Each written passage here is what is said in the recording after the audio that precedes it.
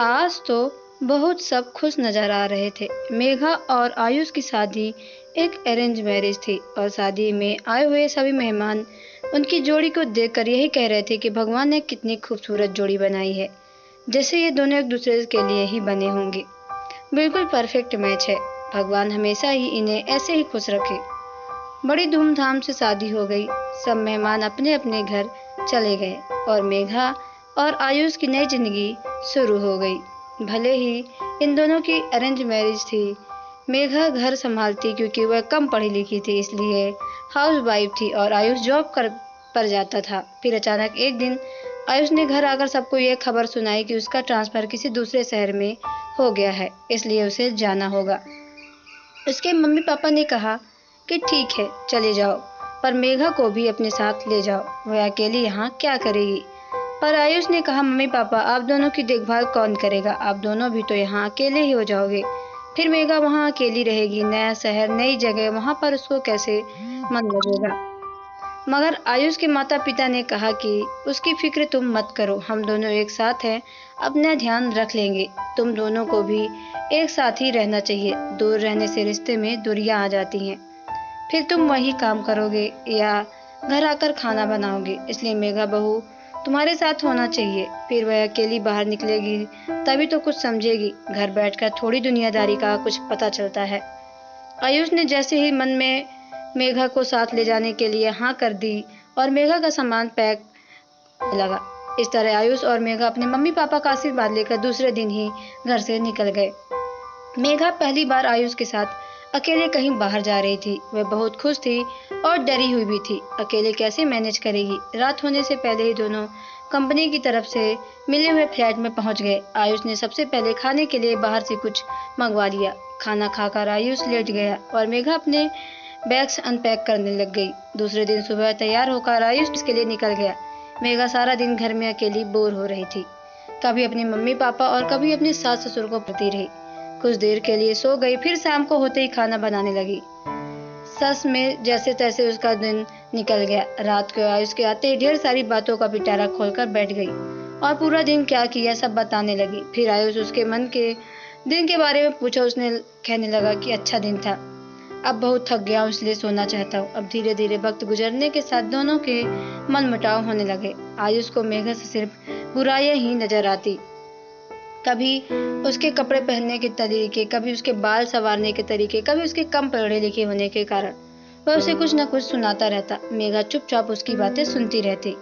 मेघा सोचती कि शायद काम का स्ट्रेस, इसलिए मेघा उसको जवाब देकर भी कुछ भी बात का बिगाड़ना नहीं चाहती थी, इसलिए ज्यादातर चुप ही रहती और चुपचाप सब सुन लेती। आयुष चुपचाप सुबह उठता और नाश्ता करके ऑफिस चला जाता। उसने कभी भी मेघा से अपने बर्ताव के लिए सॉरी भी नहीं कहा। फिर एक दिन आयुष ने दोपहर को मेघा को फोन करके शाम को तैयार रहने को कहा और बोला कि शाम को ऑफिस की एक पार्टी है, उसमें जाना है। मेघा शाम को अच्छे से तैयार होकर बैठ गई। आयुष आया तो उसने मेघा को साड़ी के गहनों में साथ तैयार होकर बैठे देखा तो कहा ये सब क्या है, किसी शादी में नहीं जा रहे हैं, ऑफिस की पार्टी है, वहां जाना है। ऐसी भारी भरकम ज्वेलरी पहन कर जाओगी तो सबको हंसेंगे और तुम पर, मुझ पर भी। कुछ अच्छी सी ड्रेस भी ले लो, आती हो अपने लिए, इसलिए तो दोपहर को फोन किया था। मेघा ने कहा कि आप रुकिए, मैं अभी 2 मिनट में आई। वह फटाफट अपने रूम में गई। मेघा ने सारी ज्वेलरी उतार कर सिर्फ मंगलसूत्र और छोटे से इयररिंग्स पहन लिए और अपने बालों को खुला छोड़ दिया। वैसे ही उसके इतने खूबसूरत बाल थे कि कमर तक लंबे, बिल्कुल सीधे। अब वह बहुत अच्छी लग रही थी और वह बाहर आ गई। उसने आयुष से पूछा देखिए तो वह अब कैसी लग रही हूँ। आयुष को उसको हैरानी से देखा और कहा अच्छी लग रही हो, चलो अब देर हो रही है। मेघा के चेहरे पर एक मुस्कान आ गई। आयुष भी जाने के लिए मुझ पर हल्का सा मुस्कुरा दिया। घर आकर आयुष ने टैक्सी बुलाई और पार्टी में पहुंच गए। जैसे ही वह दोनों पार्टी में पहुंचे उसकी नज़र जैसे उन दोनों पर ही टिक गई हो। ऑफिस के सभी लोग जो आयुष को जानते थे उसे हेलो हाय करने लगे। आयुष ने सबको मेघा से मिलवाया। जेंट्स हो चाहे लेडीज, सब ने मेघा की बहुत तारीफ की। कुछ आयुष के साथ काम करने वाली लड़कियों ने भी मेघा के बालों की बहुत तारीफ की।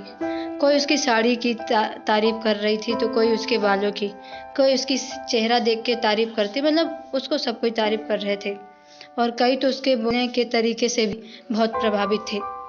जिसमें एक आसमान सा बहुत तहजीब थी। थोड़ी देर बाद पार्टी में डांस शुरू हो गया तो सब लड़कियां मेघा की ओर डांस फ्लोर पर ले गई। आयुष ने तो यह एक्सेप्ट ही नहीं किया था कि मेघा ऐसे सबके साथ खुल मिल जाएगी। फिर कंपल डांस हुआ और सब कंपल्स ने डांस किया। आयुष और मेघा ने भी सबके साथ खूब डांस किया।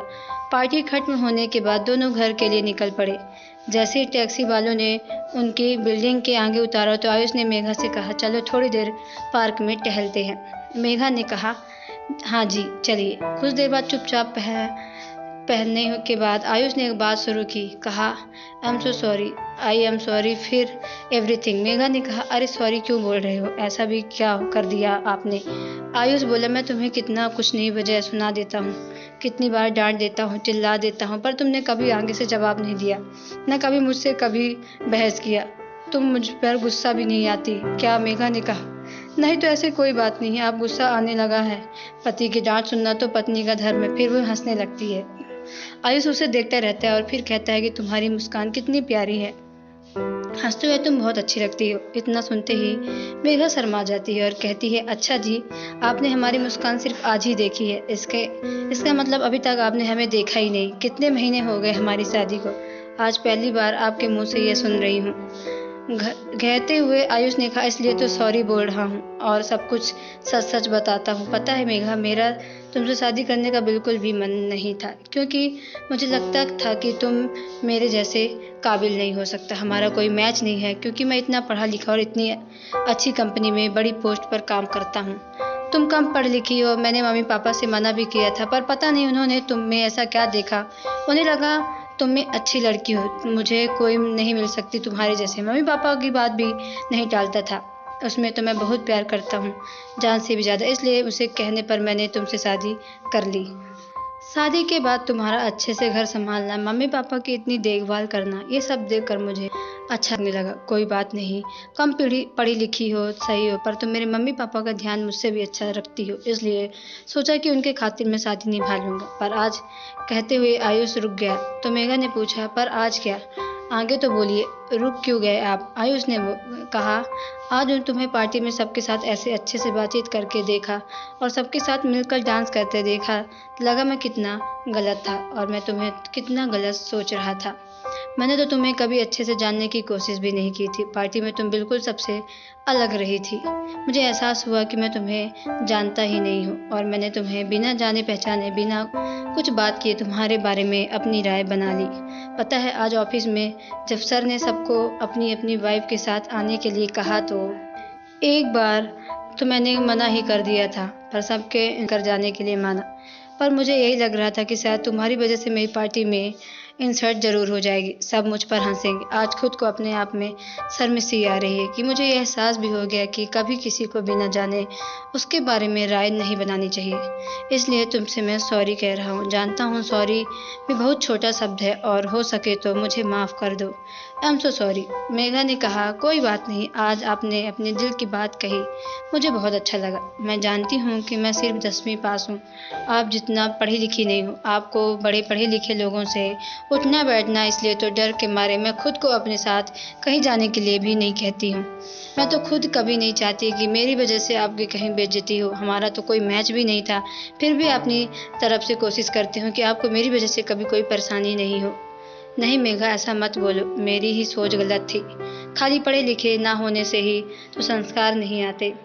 भले ही तुम कम पढ़ी लिखी हो, पर आज तुम्हारी वजह से कितनी खुशी हो रही है मैं तुम्हें बता भी नहीं सकता। तुमने कितने अच्छे से बात की सबसे, सबके साथ डांस भी किया। सब लड़कियां तुम्हारी तारीफ कर रहे थे, तुम्हारी साड़ी की, तुम्हारे बालों की। पता नहीं, मुझे बहुत खुशी हो रही है। मेघा ने मुस्कुराते हुए कहा, अच्छा जी ठीक है, सच बताओ आपको अच्छा लगा, आप सच में बहुत खुश हैं। आयुष ने कहा, हाँ मैं बहुत खुश हूँ, अगर तुमने मुझे माफ़ कर दिया है तो हम ज़्यादा खुश हो जाऊँगा। मेघा ने कहा, हम आपसे नाराज़ ही कब थे और ना ही हमें आपकी किसी कोई बात की बुरा लगता, आप मेरे लिए सबसे सही इंसान हो। पति पत्नी थोड़े लड़ाई झगड़े तो चलते रहते हैं, जैसे मम्मी पापा की नोक झोंक तो होती रहती है, लेकिन आज भी इतने सालों में उनका रिश्ता कायम है। आप जैसा चाहोगे हम आपके साथ रंग में रंग जाएंगे, बस आप कह तो देखिए। इसलिए आप भी अपने मन में हर बात निकाल दीजिए, हम आपसे नाराज़ नहीं हैं। ओके, अब आप बहुत खुश हो जाइए। Thank you so much, thank you so much, Ayush ने कहा। खुश होते हुए वो बोला, अच्छा मैडम, आपने हमसे दोस्ती करेंगी और आज से इस रिश्ते की नई शुरुआत करते हैं, खुशी से और बहुत सारे प्यार से। जो मैं बिल्कुल जैसा आप चाहे, मेघा ने खुशी से कहा। आयुष ने आगे बढ़कर उसको अपनी बाहों में भर लिया और दोनों की आंखों में खुशी के आंसू झलक रहे थे। तो दोस्तों, आपको स्टोरी कैसी लगी कमेंट बॉक्स में ज़रूर बताएं। अगर आप हमारे चैनल पर नए हैं तो चैनल को सब्सक्राइब करके बेल आइकन को प्रेस कर लें ताकि आने वाली सभी वीडियो का नोटिफिकेशन आपके मोबाइल पर सबसे पहले पहुंचे, क्योंकि मैं ऐसी वीडियो आप लोगों तक लाती हूँ वीडियो पे। ओके भाई, टेक केयर।